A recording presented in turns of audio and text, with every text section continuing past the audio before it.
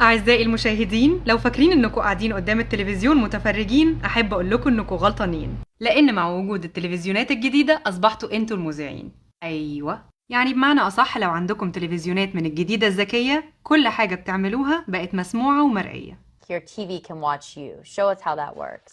So one of the things that we're able to do with the Smart TV platform, we could actually gain access to the camera that's built into the TV. This is something that we can do invisible. لأن التلفزيونات دلوقتي زيها زي الموبايل واللابتوب، وبتصور وتسمع كل حاجة حتى وهي مقفولة. Scary things about it is that it doesn't actually give any indication that the camera's on, and there is no little LED that shows up when the camera's on. So it could actually be watching you and you never even know.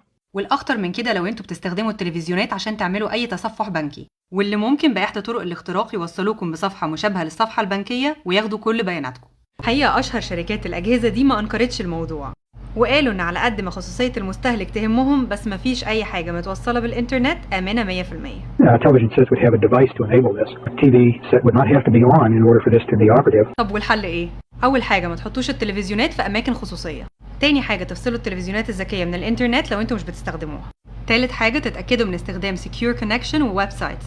النقطة الرابعة والمهمة جدا إن انتوا تقفلوا خاصية الكاميرا اللي موجودة على السيتنجز بتاعة التلفزيون. لزيادة الاطمئنان ممكن تغطوا الكاميرا بأي ستيكر زي الموبايل. خامس نقطة تقفلوا كل خاصيات الصوت اللي على التلفزيون. النقطة السادسة والسابعة إن انتوا تقفلوا الخاصيتين دولت في السيتنجز بتاعة التلفزيون اللي هدفهم الإعلانات. انتوا بقى رأيكم الخصائص دي فعلا عشان تيسر على مستهلك الاستخدام ولا تأثر عليه؟